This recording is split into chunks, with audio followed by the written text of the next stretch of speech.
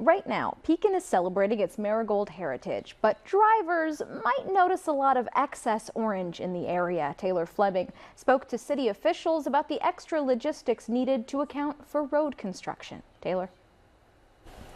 Lizzie, city officials regularly volunteer for the Pekin Marigold Festival, but this year the Public Works team had a special role to play. They are working on a large road improvement project, but city staples like the festival still continue. Pekin officials consider the annual Marigold Festival one of the most important events of the year. It is a big attraction that literally brings in thousands and thousands of people. We have hundreds of vendors, and usually each year we come up with something special, and I think this year we have.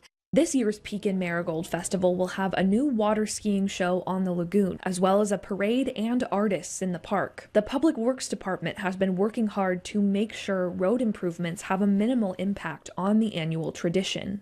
Construction is going on near Mineral Springs Park along Court Street as part of a years-long project. The work will see new sidewalks, pavement, drains, and water main under the road. The current phase began about a month ago, and work on the water main is happening now.